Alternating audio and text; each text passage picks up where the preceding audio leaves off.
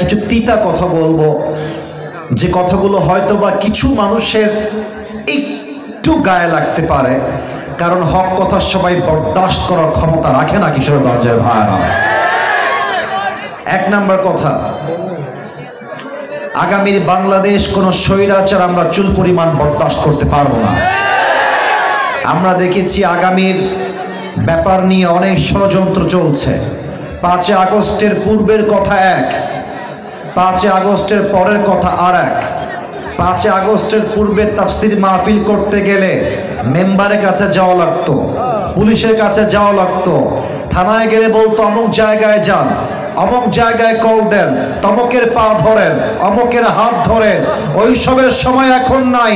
আল্লাহর জমিনে আল্লাহর কোরআন দিয়ে কথা হবে, কারোকে পারমিশন না করা প্রয়োজন আমাদের কাছে নাই কিশোরগঞ্জের ভাই। এক নাম্বার কথা। 2 নাম্বার, যদি কেউ তাফসির মাহফিলে বাধা দেয়, এক লাথি মেরে মামুর ভাই দিল্লি পাঠিয়ে দিবেন ওকে। আপনারা সবাই আল্লামা দেলোয়ার হোসেন সাইদি হুজুরের নাম শুনেছেন না? আল্লাহু আকবার। আল্লাহ ওনাকে জান্নাতুল ফেরদাউসের উঁচু মাকাম নসিব করুক। পরের সবাই আমিন। একটা মানুষ ছিলেন, মানুষের মতো মানুষ। তাফসির কাকে বলে? কাকে বলে ওয়াজ? কাকে বলে কথা? কাকে বলে কোরআন? কাকে বলে হাদিস? আমরা তার থেকেই অনেকটা শিখেছি যুবক ভাইরা, ঠিক কিনা বলো? উনি একটা কথা বলতেন, আমরা তাফসির মাহফিলে হক কথা বললে আমাদেরকে গালি দেওয়া হয় 3টা গালি। দেখেন তো গালিগুলো মিলে কিনা আমার সাথে, একটু বলছি দেখেন আপনারা মিলে কিনা। 1 নাম্বার, হুজুরদেরকে হক কথা বললেই বলা হয় রাজাকার। এত আস্তে কিশোরগঞ্জের ভাইরা ঠিক বললে হবে না। 2 নাম্বার, জঙ্গিবাদ। 3 নাম্বার, সবচেয়ে কমন গালি, মৌলবাদ। সাইদি হুজুর বলতেন, তোমরা আমাদেরকে যতই মৌলবাদী বলে গালি দাও, আমরা কিন্তু রাগ করি না। কারণ কি? মৌল এই শব্দ আসছে মূল থেকে। মূল মানে কোরআন, মূল মানে হাদিস, মূল মানে হচ্ছে আল্লাহ তাআলা, মূল মানে হচ্ছে হিজ লাস্ট মেসেঞ্জার মুহাম্মদ সাল্লাল্লাহু আলাইহি ওয়াসাল্লাম। অতএব আমরা হলাম মূলবাদী। যারা আমাদেরকে মৌলবাদী বলে গালি দাও, তারা সব আজাবাদী। এবার বলেন তো, গাছের আগায় শক্তি বেশি হয় না গোড়ায় শক্তি বেশি হয়? গোড়ায় শক্তি বেশি হয়। উনি বলতেন, তোমরা থাকো গাছের আগায়, চুপচাপ বসে থাকো, সোনামণি মারামারি বেশি কইরো না, আলেমদেরকে ধরে জেলখানায় বন্দী করো না, জুলুম করো না, হত্যা করো না, জেলখানায় বন্দী করো না। বেশি বাড়াবাড়ি করলে 16 কোটি মানুষ গাছের গোড়ায় ধরে একটা ঝাঁকুনি মারবে। মামুর বাড়ি দিল্লি গিয়ে পড়বা, দিল্লি গিয়েই তারা পড়েছে। ওনার প্রত্যেকটা কথা আজকে এই বাংলার মাটিতে বাস্তবে রূপ ধারণ করেছে কিশোরগঞ্জের ভাইরা, ঠিক কিনা বলেন?